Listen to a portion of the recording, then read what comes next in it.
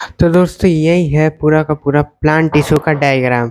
तो आप कुछ देर के लिए मैं यहाँ पे इरेजर रख दे रहा हूँ, इस पार्ट को इग्नोर करिए क्योंकि ये पार्ट कोई आपके काम का नहीं है, तो इसको इग्नोर करिए, ठीक है। तो प्लांट टिश्यू मेनली दो टाइप के होते हैं, मेरिस्टेमेटिक टिश्यू और परमानेंट टिश्यू। ठीक है, तो परमानेंट टिश्यू को तो साइड रखते हैं, पहले मेरिस्टेमेटिक टिश्यू की बात करते हैं। तो प्लांट टिश्यू दो टाइप के, मेरिस्टेमेटिक टिश्यू और परमानेंट टिश्यू, एमपी, ठीक है। तो मेरिस्टेमेटिक टिश्यू जो होते हैं वो मेनली डिवीजन करते हैं, जो तुरंत डिवाइड हो जाते हैं, ठीक है। और मेरिस्टेमेटिक टिश्यू जो होते हैं वो ग्रोथ पे फोकस करते हैं, आप इतना याद रखिए, ठीक है। मेरिस्टेमेटिक टिश्यू बहुत जल्दी जल्दी रैपिडली डिवाइड होते हैं। तो मेरिस्टेमेटिक टिश्यू के तीन टाइप होते हैं, apical meristem, lateral lateral meristem और इंटरकैलरी मेरिस्टेम, ठीक है। एपिकल मेरिस्टेम जो होता है ना, वो जैसे पूरा प्लांट है तो वो एकदम टॉप पे होगा, जैसे नहीं तो शूट के टॉप पे और नहीं तो रूट के टॉप पे। अभी बताइए प्लांट की ग्रोथ कितने टाइप से होती है। पहला तो लंबा होता है, दूसरा वो चौड़ा होता है, ठीक है। तो यही दोनों टाइप्स के कारण होता है। देखिए, एपिकल मेरिस्टेम के कारण प्लांट लंबा होता है, रूट भी लंबे होते हैं उसके। ऐसा तो नहीं है कि इतना छोटा प्लांट लगाए और जब वो पेड़ बन गया उसका रूट वहीं का वहीं रहेगा, नहीं, ठीक है। रूट से भी ग्रोथ होती है, शूट से भी ग्रोथ होती है। तो जो लंबा लंबा जब प्लांट लंबा होता है ना, तो वो एपिकल मेरिस्टेम के कारण होता है। और लेटरल मेरिस्टेम के कारण प्लांट की girth बढ़ती है। लाइक प्लांट का जो वो होता है ना गर्थ, वो मोटा होता है, प्लांट मोटा होता है। लाइक आप प्लांट करोगे ट्री, कोई भी अगर आप छोटा सा पौधा लगाओगे तो उसका इतना छोटा स्टेम होगा, धीरे धीरे उसका स्टेम भी थिक होते है, लेटरल मेरिस्टेम के कारण होती है, ठीक है, गर्थ को बढ़ाता है। इंटरकैलरी मेरिस्टेम, लाइक आप देखते होंगे कि बहुत सारे प्लांट में नोड्स होते होंगे, मैं आपको दिखाई देता हूँ। लाइक ये देखिए, प्लांट में बहुत सारे नोड्स होते हैं, ठीक है। और इसी यहीं पे इंटरकैलरी मेरिस्टेम लगा रहता है। लाइक एपिकल मेरिस्टेम एकदम टिप पे लगा रहता है, जो इसको ऊपर के शूट सिस्टम को बड़ा करता है, और रूट के भी टिप पे लगा रहता है, रूट को भी लंबा करता है। और इंटरकैलरी मेरिस्टेम दो नोड्स के बीच में होता है। लाइक आप देखते होंगे गोल सर्डिंग सा होता है, इसको नोड्स कहते हैं, यहाँ पे लिखा नहीं है, नोड्स कहते हैं, उसके बीच की लंबाई को बढ़ाता है। तो इंटरकैलरी मेरिस्टेम, एपिकल मेरिस्टेम ऊपर की और रूट की ग्रोथ को बढ़ाता है, और लेटरल मेरिस्टेम जैसे मैंने आपको बताया कि गर्थ को बढ़ाता है। ये सब साइड में रहता है, बाउंड्रीज पे गर्थ को बढ़ाता है, ठीक है। और यहीं के साथ आपका मेरिस्टेमेटिक टिश्यू यहीं पे ख़त्म होता है, ठीक है। अब आता है परमानेंट टिश्यू। परमानेंट टिश्यू जो होते हैं, ये टिश्यू मैच्योर होते हैं और ये टिश्यू उतना डिवाइड नहीं करते, इनका काम दूसरा होता है। तो ये होते हैं दो टाइप के, सिंपल टिश्यू और कॉम्प्लेक्स टिश्यू। सिंपल टिश्यू तीन टाइप के होते हैं। सिंपल टिश्यू मतलब जो सेम टाइप के सेल से बने हैं, और जो कॉम्प्लेक्स टिश्यू नाम ही से लग रहा है, कॉम्प्लेक्स मतलब डिफरेंट डिफरेंट टाइप के सेल से बने रहते हैं complex tissue. Simple tissue same type के सेल से बने रहते हैं। पैरेन्काइमा, पैरेन्काइमा क्या करता है, पैरेन्काइमा ये मेनली इसका काम है स्टोरेज का, ये स्टोर करता है। आपको पता होगा कि प्लांट में स्टोरेज होता है स्टार्च के फॉर्म में, और एनिमल में स्टोरेज होता है ग्लाइकोजिन के कारण। तो वो सब अलग कॉन्सेप्ट है। सिंपल टिश्यू तीन टाइप के होते हैं, पैरेन्काइमा, कोलेन्काइमा और स्क्लेरेन्काइमा।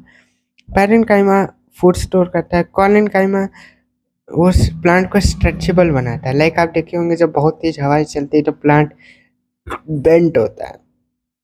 तो जो प्लांट बेंट होता है ना, वो कोलेन्काइमा के कारण होता है। अगर ये नहीं होता तो प्लांट टूट जाता, बेंड नहीं होता। ये प्लांट को फ्लेक्सिबल बनाता है। और इसका डायग्राम होगा तो आप सिंपली एक हेक्सागोनल स्ट्रक्चर ड्रॉ कर देना, हेक्सागोनल सेल, डबल लेयर, और आप इसके कॉर्नर्स को थिक कर दें, क्योंकि कोलेन्काइमा के कॉर्नर्स होते हैं ना वो थिक होते हैं, ठीक है। और स्क्लेरेन्काइमा, स्क्लेरेन्काइमा मेनली इसका काम है प्रोटेक्शन फ्रॉम, मतलब ये बहुत ही ज़्यादा हार्ड होता है, क्यों, क्योंकि इसमें एक वो प्रेजेंट होता है लिग्निन, इसके सेल वॉल में लिग्निन प्रेजेंट होता है। ये ऐसा मटेरियल है जो सेल वॉल को बहुत ही रिजिड थिक बना देता है, जिसके कारण ये जैसे कोकोनट के हस्क में भी ये होता है। और ये प्लांट को प्रोटेक्ट करता है फ्रॉम इंजुरीज और वाटर लॉस से भी ये प्रोटेक्ट करता है, ठीक है। अब आ जाइए, अब आपका ये जो मेरिस्टेमेटिक टिश्यू था ये तो खत्म हो ही चुका है। परमानेंट टिश्यू का जो सिंपल टिश्यू है वो भी खत्म हो गया। अब परमानेंट टिश्यू का दूसरा टाइप जो कि कॉम्प्लेक्स टिश्यू, अब इसमें पढ़ते हैं। कॉम्प्लेक्स टिश्यू जो होते हैं वो दो टाइप के होते हैं, फ्लोएम और जाइलम, ठीक है। सबसे पहले आप जाइलम समझिए। जाइलम जो होता है वो फूड का ट्रांसपोर्ट करता है, ठीक है। और फ्लोएम जो होता है वो, सॉरी, जाइलम जो होता है वो वाटर का ट्रांसपोर्ट करता है और जो फ्लोएम होता है वो फूड का ट्रांसपोर्ट करता है, ठीक है। जाइलम क्योंकि वाटर का ट्रांसपोर्ट करता है तो वाटर कहाँ मिलता है, और वाटर रूट से मिलता है। और वाटर चाहिए किसको, पूरे प्लांट के हर पार्ट्स को चाहिए। तो ये यूनी डायरेक्शनल ट्रैवल करता है जाइलम। जाइलम की जो पाइप होती है वो यूनी डायरेक्शनल होती है, मतलब उसमें बैकवर्ड नहीं मूवमेंट हो सकता है। फ्लोएम में फूड है, फूड कहाँ बनता है, तो फूड पत्ते में बनता है, ठीक है। फोटोसिंथेसिस में लीफ में फूड बनता है। अब फूड की जरूरत तो रूट को भी है, स्टेम को भी है, और तो मतलब प्लांट के हर पार्ट को फूड की ज़रूरत होती है। तो कैसे मिलेगा, तो ये सारे डायरेक्शन में इसका जो वो होता है, इसका जो सीव ट्यूब होता है ना, ये सारे डायरेक्शन में फ्लो हो सकता है, नीचे भी, ऊपर भी, साइड में भी। अच्छा, ये बस यूनि डायरेक्शनल होता है, ये ऊपर नीचे दोनों जगह फ्लो कर सकता है। अब फ्लोएम और जाइलम का टाइप देख लेते हैं। तो जाइलम भी 4 टाइप का होता है और फ्लोएम भी 4 टाइप का होता है। और इसमें जाइलम का पहला टाइप होता है, ये आप मान के चलिए, जाइलम में मेन होता है वेसल। वेसल ही वो होता है जिससे पानी ऊपर नीचे होता, सॉरी, सिर्फ ऊपर होता है। जाइलम में ही ट्रांसपोर्टेशन होता है। ट्रैकेट, ट्रैकेट जो वेसल के बगल में लगा रहता है, ये जनरली वेसल को सपोर्ट करता है, ठीक है। और जाइलम पैरेन्काइमा, जाइलम पैरेन्काइमा एक होता है इसका टाइप, और जाइलम फाइबर, ठीक है।